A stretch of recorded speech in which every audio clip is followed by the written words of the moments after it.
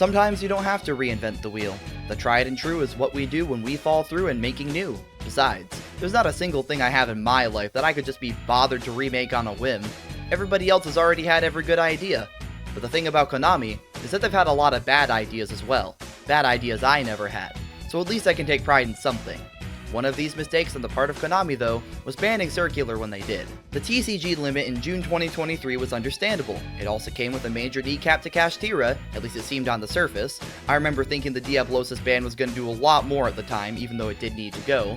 They also hit the Super Heavy Samurai Link 1, and a few other cards in the spirit of curbing the big stuff, and that made sense. But Arise Heart was still a threat even at 1, so Mathmech still had to contend with a regular dose of Macrocosmos, which is far from ideal. But then when it got its ban in January 2024, the majority of the Mathmech archetype was effectively unprinted.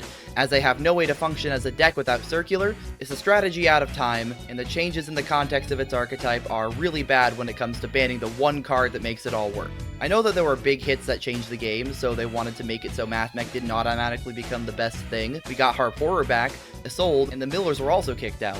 Mathmech, while competent and frustrating to certain players, wasn't exactly dominating the playing field. But I guess Konami heard what they needed to hear, so it got the axe. Big surprise. While Cybers continues to be a competent type, which is often oversimplified into a pile of link slop, it's remained real and consistent. I mean, I kind of get it with the upcoming at time of recording Ignister support that melds the deck entirely with Code Talker. I get calling it slop there, but that feels much more like owning the concept than unintentionally proving their point. Still, I don't see too many Mathmech cards running around besides maybe that extra deck stuff. Yes, you would be able to get to your other Cybers decks, your Salads and your new Malice through this card, but those decks are just a little bit faster than what Circular adds as a package. I mean, not Salaman great, that deck's hardly relevant to anything. You can skip that and just play Terahertz. Assuming that we were gifted a single copy of Circular, plopped into the TCG format as it is, the deck still folds to Shifter, and if it doesn't get hit with Abystial, or if your heavy spam combo doesn't get Molcharmute or Nibiru, it dies just a little bit harder to all the rest of the good stuff, and a lot harder than the likes of Ryzeal. You'll never bring it back to 3, that might be foolish, but it's been time to bring Circular back to 1 for a little while now. It's funny that drawing a 1-card combo in hand traps is such a horrible fate to hardcore duelists. The OCG so far only has Circular limited as of July 2023. But this is the format that had Max C then, and still has 2 copies of it now, and the Charmies on hand. Since Circular isn't hit at all yet in Master Duel, which is also a Max C format, maybe I'm wrong about my hesitation to bring it back to 3. This little mistake, at least a mistake in my opinion, of banning the Cybers champion just brought me to the subject of cards that can absolutely come off the ban list in some respect or another. It's getting pretty crowded in there. Alright, first I just want to make it clear that this is something I recorded literally the morning we got the ban list announcement, like the day of. I was sitting there and I wrote it, I recorded it, I got it all done, and then the ban list dropped. It is not something that depends on any of the hits that happened. This is going to be talking about stuff that really shouldn't be on it anymore, and when I saw the giant list of things that were coming off, I was like, okay, this is going to ruin something for sure, but for better or worse, none of what I had to suggest came through, so I still get to talk about it because I still think they hold pretty true, even after the hits that we got. If I did want to sneak my thoughts on the ban list though, I think all of the unlimits were obvious and had to happen at some point. The semi-limits are silly, and while I am usually an advocate for the semi-limits, it doesn't really feel like it does too much for us. Tenpai got shafted in so many aspects, but I'm pretty sure it's still going to continue to see play because every time I see hits and go like, alright, that deck's dead, it always manages to stick around for a little bit longer. And the Snake Eyes death, they could have done that a lot smoother, could have been a lot more slick about it. I'm glad they got rid of the branded things that were being used to lock your opponent out. Original Sinful Spoils, taking the hit, ruins a lot of cool builds, and it was the least creative way they could have chosen to kill the deck. This is certainly a list. Changes were made. It's not like it's one of those that doesn't matter at all, but this is definitely setting up for a format where Ryzeal and Malice are allowed to have a little bit more agency, even though they were already pretty good, and we keep the Shifter for you to use inside if you want, because best deck running around using Shifter, sometimes you don't want to main Shifter. I'm excited to see where this goes. And besides the meme stuff and cards hit for legacy reasons, I'd like to find a couple of picks that stick out as particularly important to me. It would be nice for every card to come off and immediately find a harmonious home without being too much, but some stuff needs to be unbanned because simply it isn't good enough anymore, and it's far from what's needed. The first banned monster, besides the homie Circular, that needs off the list is Mecha Beast Auroradon. The structure of what makes this Link 3 Wind Machine crazy isn't around anymore. Now there's no Halka Fibrax to summon Deskbot 1 for the Climb into the Dawn, to have 3 tokens in the death spot on field. Access to O-Lion from deck doesn't even mean nearly as much anymore.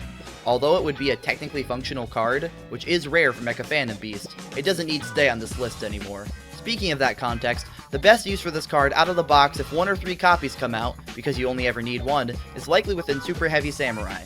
While without its Link 1 in the TCG, has potential with the generic Link 1 Clockwork Knight, but the lines, by nature of needing a large amount of space on board to take full advantage, don't stand up as well to the regular Super Heavy ones, because surprise, Super Heavy Samurai cards are better for that. Generic use is almost out of the question, because what we need as incentive is a set of generic extra deck monsters like Savage Dragon or Defleur, and we simply don't have those. Synchro monsters are still fine in their respective decks like Centurion, but there's no Nibiru-defying one-size-fits-all solution to your duelist needs.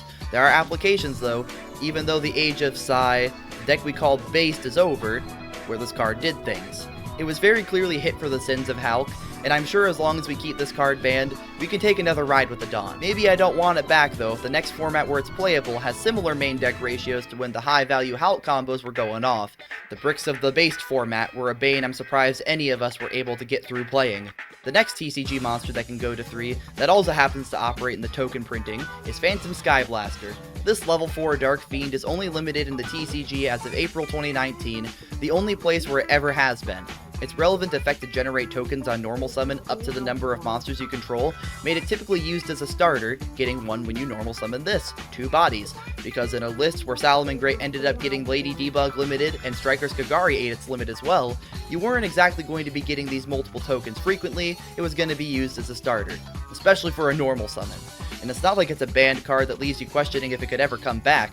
We already have access to the extent of what this offers, although curbed in consistency, and there really isn't a demand for it. Nowadays, for example, if you make a copy of Fenrir before you summon, or manage to extend by 1 summon before your normal in some other way, you can 2-card combo into an extra token, but the most you can get is 3 thanks to zone space, including the extra monster zone.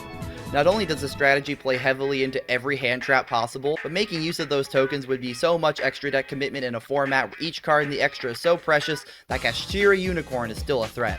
Other Skyblaster cards in its text don't even provide any real support. It's only some incidental stuff that happens to have the same name. In terms of what this card was mostly hit for, making 2 bodies off of 1 normal summon, that's incredibly common in the modern day, and far from remarkable. Maybe you can Fiendsmith combo with this, but why though? You can do it with Yubel cards, which are much better off in terms of being fiends that you can just link away. Normal summoning the likes of a Beckoning Beast or a Lotus should come to your mind before anything else.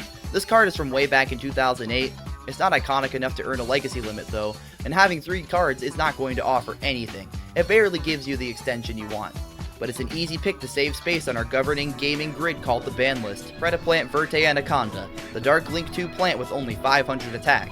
At the time of recording, Master Duel has freed Verte, alongside one of its most iconic targets to summon from deck with its fusion copy, Red Eye's Dark Dragoon, the highly protected Omni-Negate.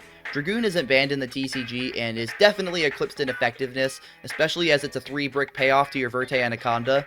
That card and Destroyer Phoenix Enforcer were the things to summon in the reign of Verte. With that level of bricking, unless we see another branded fusion type package that shakes up everything again, isn't worth it. This card was banned in the OCG and TCG in April and May 2022 respectively, and definitely earned it when it happened. It wasn't an overreaction, and there's validity in hesitating, at least at first, to bring it back.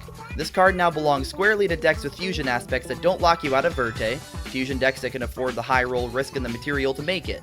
The window is pretty small, but this card could be a pretty big thing for Memento if you end up hand-trapped, especially if you haven't used the graveyard effect of your Memento fusion, which even lets you pop the Verte on field for the requirement to avoid a curb stomping. Verte is definitely a real card, but it's one I'd like to see doing its thing post-Fiendsmith, as Fiendsmith was at times compared to Verte, and Verte compared to Nightmare Mermaid, and Mermaid is compared to Fiendsmith. People like to simplify link summoning a lot, but in this case, it really is that simple that Verte can come back, and be a healthy way to maybe super poly some opponent's monsters as a finisher rather than a board breaker, or to do something that's actually good.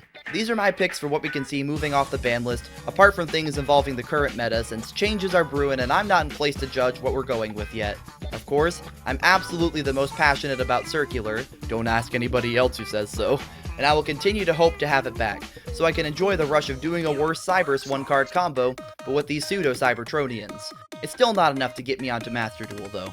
If you are playing MD, be a champ, and win a math game in my honor. It'd be real cool of you.